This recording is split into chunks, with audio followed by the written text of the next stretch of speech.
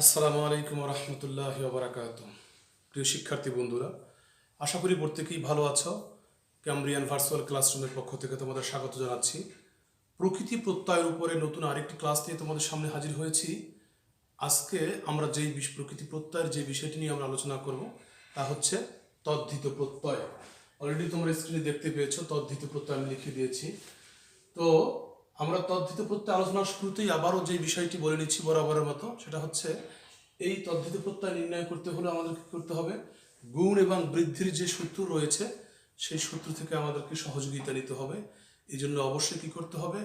গুণ এবং বৃদ্ধির সূত্রগুলো আমাদের মাথায় রাখতে হবে। তো আমি কতগুলো নিয়ম তোমাদেরকে শিখাবো। দেখো, এক নম্বরে যে নিয়মটা আমি শিখাবো সেটা হচ্ছে, যদি কোনো শব্দের শেষে, খেয়াল করো, যদি কোনো নাম শব্দের শেষে তদ্ধিত প্রত্যয় মানেই হচ্ছে নাম শব্দ। যদি কোনো শব্দের শেষে অ থাকে তবে সেটা পরিবর্তন হয়ে স্ন হবে। যদি কোনো শব্দের শেষে অ থাকে তবে সেটা পরিবর্তন হয়ে স্ন হবে। যদি আমরা একটা উদাহরণ দিই, উদাহরণ দিলে বিষয়টা আমাদের কাছে ক্লিয়ার হয়ে যাবে। দেখো, আমরা একটা শব্দ লিখলাম যাদব, সমান সমান, দেখো যাদব, ব আছে, ব এর সাথে অ আছে।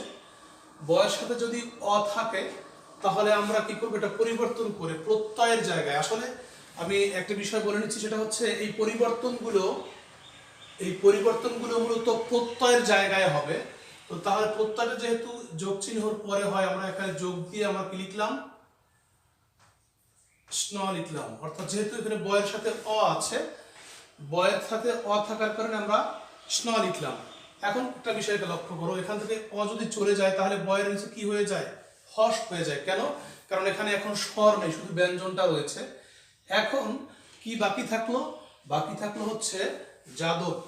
যদি এইটা বাকি থাকে, এখানে একটা পরিবর্তন হবে স্বরের। কেন পরিবর্তন হবে? ওই যে দেখো, আমাদের গুণ বৃদ্ধির নিয়ম অনুযায়ী, দুঃখিত এখানে লেখা হয়নি, আ থাকলে কি হবে? আ পরিবর্তন হয়ে অ হয়ে যাবে। ওখানে নিয়মটা আমার লেখা হয়নি, খুবই দুঃখিত।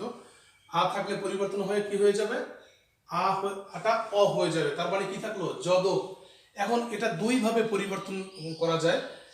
আমরা এর আগের ক্লাসে দেখিয়েছি যে ব থাকলে হ্রস্ব উ হবে, ব থাকলে হ্রস্ব উ হবে, সে উটা আগের বর্ণের সাথে যোগ হবে। যদি এরকম নাও মনে হয় তাহলে মনে রাখতে হবে এটার আসলে মূল শব্দটা হচ্ছে যদু।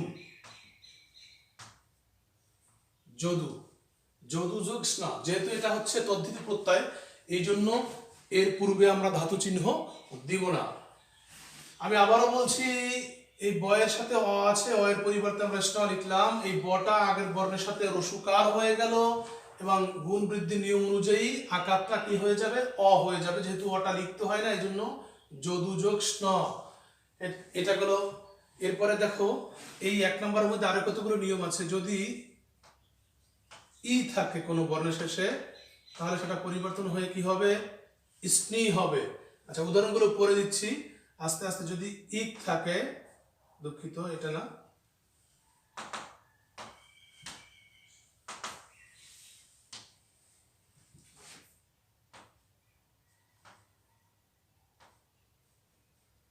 ইক থাকে তাহলে কি হবে? পরিবর্তন হয়ে স্নিক হবে। যদি যদি এ থাকে কি হবে? স্নেহ হবে। যদি এও থাকে কি হবে? স্নেহ হবে, স্নেহ হবে। আমরা বুঝতে পারলাম যে কি থাকলে কি হবে পরিবর্তন হয়ে। দেখো, এখন আমরা এখান থেকে উদাহরণ দিয়ে বোঝার চেষ্টা করব বিষয়গুলো কিভাবে ঘটে মূলত। ওকে, যেমন আমি একটা শব্দ লিখলাম লাবণী, লাবণী। দেখো, শব্দ শেষে কি আছে? ই রয়েছে, ই। এই ইটার পরিবর্তে আমরা কি লিখতে পারি? এখানে যোগ চিহ্ন দিলাম, লিখতে পারি কি? স্নি। এর পরিবর্তে লিখলাম স্নি। এই ইটা চলে গেল, এখান থেকে চলে যাওয়ার পর কি থাকে? লাবণ থাকে। আসলে লাবণ কোনো শব্দ না, মূলত শব্দটা লবণ। এটা আমরা আমরা নিজেরাও বুঝবো, যেহেতু এখানে ই চলে গিয়েছে, থাকে লাবণ, লাটা কি হবে, গুণ বৃদ্ধির নিয়ম অনুযায়ী আ পরিবর্তন হয়ে অ হয়ে যাবে, তাহলে কি থাকলো ল ব ন, লবণ। লবণ পরিবর্তন হয়ে লাবণ পরিবর্তন হয়ে লবণ হয়ে গেল। আশা করি বুঝতে পেরেছো। এরপরে যে নিয়মটা, যদি ইক থাকে, ইক পরিবর্তন হয়ে কি হবে, স্নি হয়ে যাবে, ইকের জায়গায় স্নি হয়ে যাবে। কিভাবে পরিবর্তন হয়, যেমন আমরা যদি একটা শব্দ বলি বার্ষিক,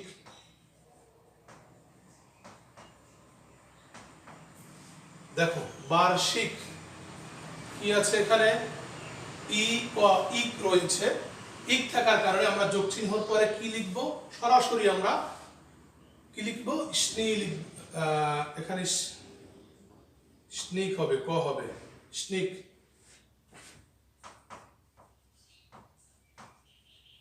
স্নিক, সরাসরি আমরা বার্ষিকের জায়গায় কি লিখে দিলাম, স্নিক লিখে দিলাম। এখন পরিবর্তনটা এখানে কিভাবে হবে, দেখো এই ই চলে গেল আর ক চলে গেল, ই এবং ক চলে যাওয়ার পর কি থাকে, এখানে থাকে কি বারশো থাকে, কারণ এই ই এবং ক, এই যে ই এবং ক পরিবর্তন হয়ে গেল, থাকে বারশো, বারশো। এখন আমরা ধাতুর ক্ষেত্রে কি করেছিলাম, এই রেফ থাকলে পূর্ববর্ণের সাথে রি করেছি, কিন্তু এটা তো ধাতু না, এটা হচ্ছে কি তদ্ধিত প্রত্যয়, অর্থাৎ নাম শব্দ, এখানে পরিবর্তন করা কোনোভাবেই যাবে না। তো সেক্ষেত্রে আমরা কি করব, বর্ষের জায়গায় বার্ষই লিখবো, যেহেতু গুণ বৃদ্ধির নিয়ম অনুযায়ী আ থাকলে পরিবর্তন হয় অ হয়, সেহেতু কি লিখবো বর্ষ, বর্ষ যোগ ইক সমান বার্ষিক। আশা করি বুঝতে পেরেছ।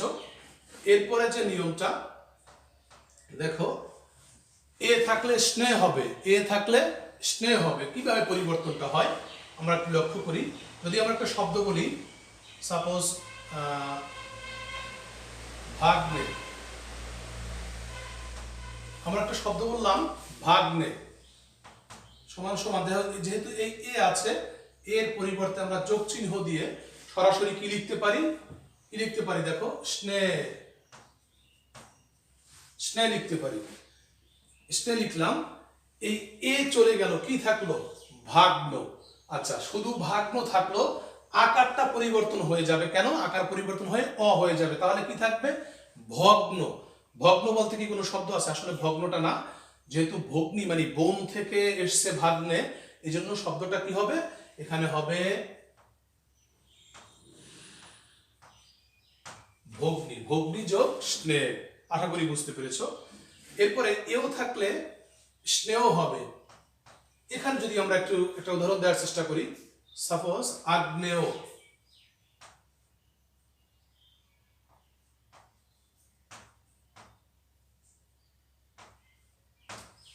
আগ্নেয়, আচ্ছা দুঃখিত,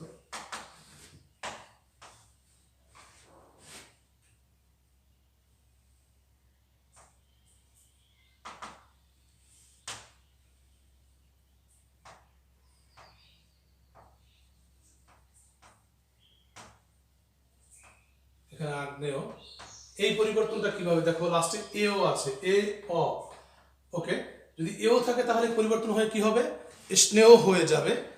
স্নেহ কিভাবে, আমরা যোগ চিহ্ন দিয়ে সরাসরি সেটা লিখে দেই, স্নেহ, স্নেহ। আচ্ছা, এখন দেখো এই অ চলে গেল, ও চলে গেল, কি থাকলো আগ্ন। আসলে শব্দটা আগ্ন হবে না, শব্দটা কি থাকে, আ যদি পরিবর্তন হয়ে অ হয় থাকে অগ্ন, কিন্তু মূল শব্দটা আমরা জানি অগ্ন নয়, মূল শব্দটা হচ্ছে অগ্নি।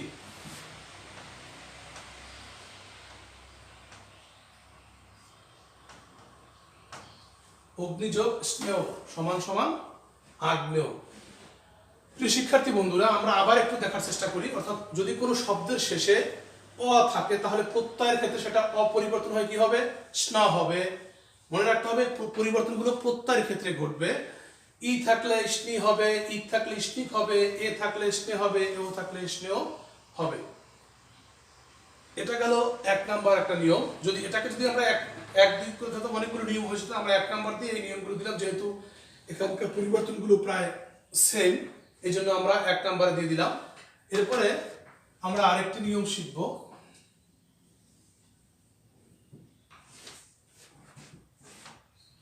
দুঃখিত,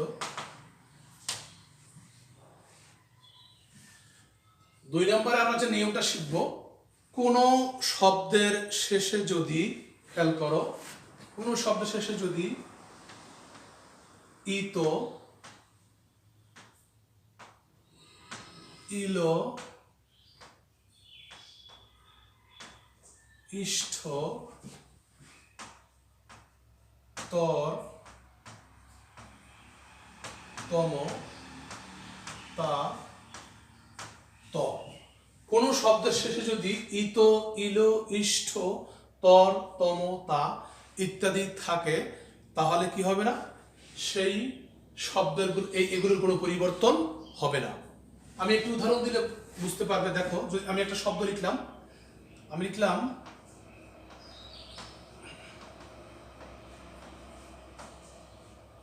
কুসুমিত। আচ্ছা, আমি একটা শব্দ লিখলাম কুসুমিত, লাস্টে কি আছে, ই ত, তো যোগ চিহ্ন দিয়ে আমরা কি লিখে দেব, ইত। যোগ চিহ্ন দিয়ে আমরা কি লিখে দিলাম, ইত। এখন এই ই ত চলে গেলে কি থাকে, বাকি থাকে কুসুম।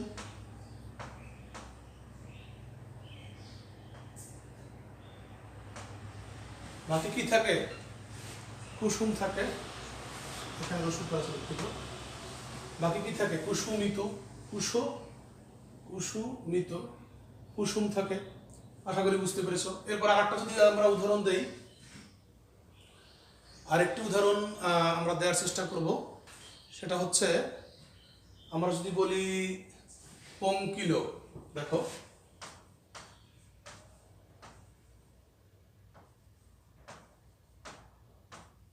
পঙ্কিল, তাহলে যেহেতু ইলো আসলে আসে, ইলের কোনো পরিবর্তন হবে না। ইলো, ইলো চলে গেলে কি থাকে, পঙ্ক। পঙ্ক মানে হচ্ছে কাদা, চলে গেলে পঙ্ক থাকে। এরপরে বৃহত্তর, হ্যাঁ, অনেক উদাহরণ আমরা দিতে পারি, বৃহত্তম, বৃহত্তর। আর একটা উদাহরণ যদি আমরা দেই ইষ্ঠ দিয়ে, গরিষ্ঠ,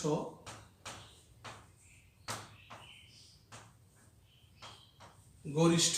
ইষ্ঠ থাকলে পরিবর্তন কি হবে, যোগ চিহ্ন দিয়ে এখানে ইষ্ঠই হবে, ইষ্ঠই হয়ে ইষ্ঠ চলে গেল।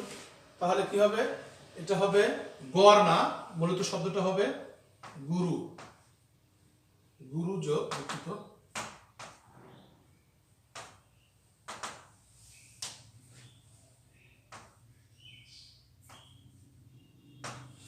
গুরু যোগ ইষ্ঠ। যাই হোক, সবগুলো উদাহরণ আমরা দিচ্ছি না, এভাবে পরিবর্তন হয়ে যাবে, অর্থাৎ পরিবর্তন না, দুঃখিত, এভাবেই যদি শব্দ শেষে এই শব্দগুলো থাকে, ইত, ইলো, ইষ্ঠ, তর, তম, তা, ত, তাহলে প্রত্যয়ের ক্ষেত্রে ওই বর্ণ বা বর্ণগুলোই বসে যাবে, এর কোনো পরিবর্তন হবে না। এটা হলো 2 নম্বর নিয়ম। এরপরে আমরা আর একটা নিয়ম শেখার চেষ্টা করব। দেখো,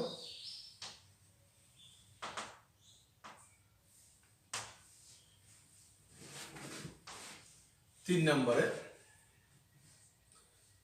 যদি কোনো শব্দের শেষে মান থাকে, তাহলে হবে মতু। যদি বান থাকে, তাহলে হবে বতু। আচ্ছা, আমরা আগে উদাহরণ দিয়ে নেই। যদি কোনো শব্দের শেষে মান থাকে, তাহলে হবে মতু, বান থাকলে হবে বতু।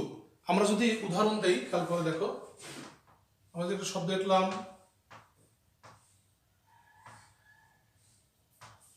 বুদ্ধিমান, তাহলে সমান সমান কি হবে, এখানে যোগ চিহ্ন দিয়ে আগে লিখে দিলাম মতু। এর আগে কি হবে, এই মানের পরিবর্তে আমরা কি লিখলাম, মতু। এরপরে বাকি কি থাকে, বুদ্ধি।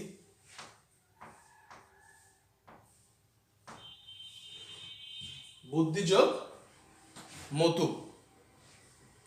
এরপরে আরেকটা উদাহরণ আমরা যদি এখানে দেই, বানের বানের উদাহরণটা কি দেওয়া যায়? আমরা লিখলাম রূপবান। রূপবান বা রূপবান যেটাই বলো না কেন, আমরা বললাম রূপবান। বানের পরিবর্তে কি হবে? এখানে যোগ চিহ্ন দিয়ে আমরা আগেই লিখে দিলাম, বানের পরিবর্তে হবে বতুক। বানের পরিবর্তে বতুক। বাকি কি থাকে? রূপ। বাকি থাকলো রূপ। এটা আরেকটা নিয়ম আছে, দেখো, যদি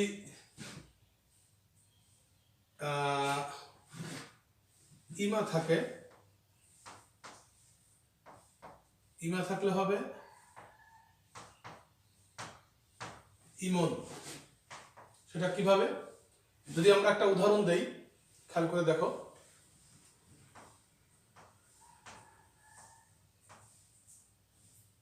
নীলিমা সমান সমান কি? আচ্ছা, এখানে একটা বিষয় অবশ্যই বলে রাখা দরকার, তোমাদেরকে বারবার স্মরণ করে দেওয়া দরকার। আসলে পরিবর্তনগুলো আমাদের কোথায় হয়? পরিবর্তনগুলো হয় আমাদের প্রত্যয়ের ক্ষেত্রে, প্রত্যয়ের জায়গায় আমাদের মূলত পরিবর্তনগুলো হবে। এই যে মান, বতুক, ইমন, এগুলো প্রত্যেকটাই কোথায় বসবে? প্রত্যয়ের জায়গায় বসবে। তো যাই হোক, আমরা নীলিমার যদি উদাহরণ দেই, তাহলে এখানে যেহেতু ইমা আছে, ইমা, নীলিম লিখে ফেলেছি, ইমার পরিবর্তে আমরা কি লিখবো? ইমার পরিবর্তে লিখবো, খুবই দুঃখিত,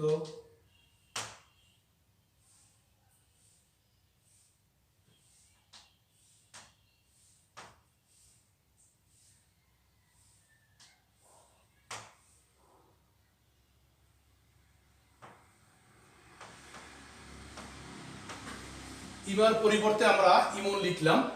ইমার পরিবর্তে ইমন লেখার পর কি বাকি থাকলো? বাকি থাকলো নীল। আমরা নীল লিখে দেব, নীল যোগ ইমন সমান সমান হয় নীলিমা। শিক্ষার্থী বন্ধুরা, তোমরা দেখতে পেয়েছো পরিবর্তনগুলো কিভাবে হয়ে যাচ্ছে। এবং আরেকটি বিষয় লক্ষণীয়, এখানে কিন্তু অবশ্যই আমরা ধাতু চিহ্ন দেইনি। এখানে ধাতু চিহ্ন দেওয়া যাবে না, যেহেতু এটা তদ্ধিত প্রত্যয়। তদ্ধিত প্রত্যয় আমরা ধাতু চিহ্ন দিব না। আর তদ্ধিত প্রত্যয়গুলো এরকম, সহজেই শব্দটা, মানে যেহেতু নাম শব্দ, আমাদের চলে আসবে। ঠিক আছে, ওকে। এরপরে আমরা আরেকটি নিয়ম শেখার চেষ্টা করব।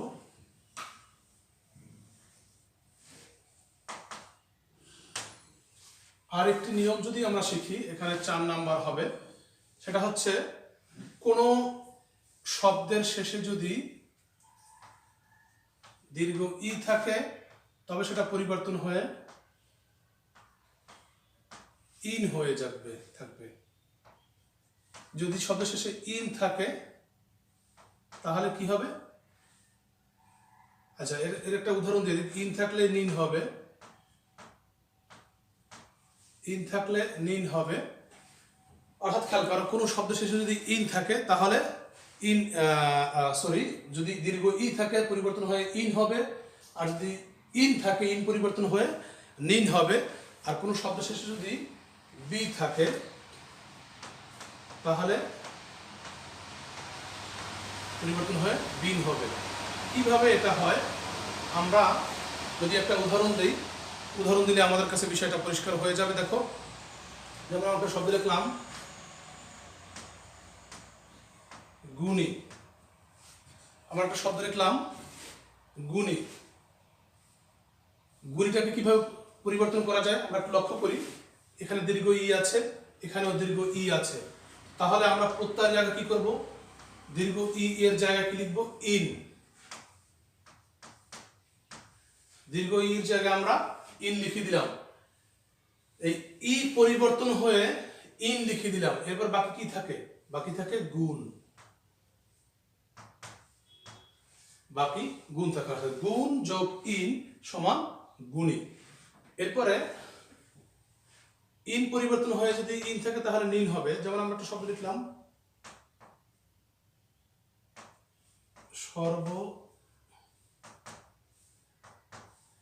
সর্বজনীন। সর্বজনীন, ওকে। তাহলে এটা পরিবর্তন হয় কি হবে? যে যেহেতু ইন আছে, পরিবর্তন হয় কি হবে? আমরা এখানে যোগ চিহ্ন দিয়ে আগে লিখে দিতে পারি। এই যে এই নিনটা না, কিন্তু খেয়াল করতে হবে এখানে বিষয়টা সর্বজনীন। এখানে এই দীর্ঘ ই যোগ দীর্ঘ ই ন ইন, এটা পরিবর্তন হবে, এটা পরিবর্তন হয়ে নিন হবে, অর্থাৎ নয় দীর্ঘি ন নিন। এখন এখান থেকে ইন পরিবর্তন হয়ে নিন হয়ে গেল, অর্থাৎ ইন চলে গেল, এতটুকু চলে গেল, এই দীর্ঘ ই আর ন এতটুকু চলে গেল, বাকি কি থাকে সর্বজন। আমাদেরকে এখানে একটি বিষয় লক্ষণীয় যে আমরা এখানে নিন দেখতেছি, এখানেও নিন দেখতেছি, আসলে এটা না, পরিবর্তনটা হবে এই যে দীর্ঘ ই ন ইন, অর্থাৎ ই ন ইন, ইন পরিবর্তন হয়ে কি হবে নিন হবে। ওকে, আশা করি বুঝতে পেরেছো। এরপরে লাস্ট যে উদাহরণটা আমরা বি থাকলে বিন, আমরা যদি একটা উদাহরণ দেই, যেমন ধরো মেধাবী, দুঃখিত,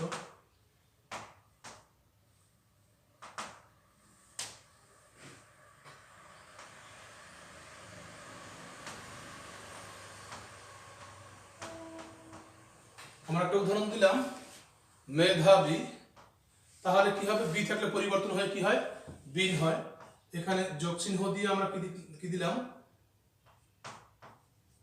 বিন লিখে দিলাম আগেই। এখন এই বি এর পরিবর্তে যদি বিন হয় কি থাকে বাকি মেধা,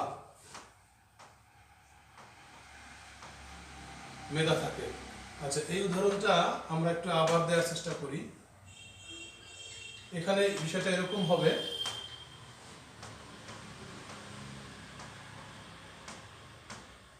সর্বজন যোগ, এখানে এমন দেখাতে পারে, তোমাদের কাছে মনে হতে পারে বিষয়টা যে এই যে এখানে নিন লিখছিলাম আমি, এই নিন বুঝি ওখানে নিনই হয়ে গেল, এই নিন বুঝি ওখানে নিনই হয়ে গেল। আসলে না, এই নিন এখানে নিন হয়নি, এখানে ইন, এখানে এই যে দীর্ঘ ই ন ইন, ইনটা এখানে নিন হয়েছে, এই নিন এখানে আসেনি। ইন যদি নিন হয়, অর্থাৎ এই এতটুকু যদি পরিবর্তন হয়, বাকি থাকে সর্বজন, এই সর্বজন যোগ নিন। প্রিয় শিক্ষার্থী বন্ধুরা, আশা করি প্রত্যেকেই বুঝতে পেরেছ। আজকের ক্লাসটি এ পর্যন্তই। প্রকৃতি প্রত্যয় নিয়ে আমরা নেক্সট আরও একটি ক্লাস নেওয়ার চেষ্টা করব। সব বিষয়গুলো নিয়ে একত্রিত করে আমরা আরও একটি ক্লাস নেওয়ার চেষ্টা করব ইনশাআল্লাহ আগামীকাল। তো আজকের যে ক্লাসটি আমি নিয়েছি, বরাবরের মতো আমি একটি কথাই বলবো, সেটা হচ্ছে এই ক্লাস রিলেটেড যতগুলো বোর্ড কোশ্চেন আছে, অবশ্যই বোর্ড কোশ্চেনগুলো আমরা পড়ে শেষ করে ফেলবো। পাশাপাশি আমি তোমাদের মেসেঞ্জার গ্রুপে নির্মিতি অংশের যে বিষয়গুলো দিয়ে থাকি, সেই বিষয়গুলো নিয়মিত আয়ত্ত করে রাখতে হবে। আমাদের অবশ্যই জানা আছে নেক্সট মাসের, অর্থাৎ আগামী মাসের 19 তারিখ থেকে আমাদের প্রাক নির্বাচনী বা প্রি টেস্ট পরীক্ষা শুরু হতে যাচ্ছে।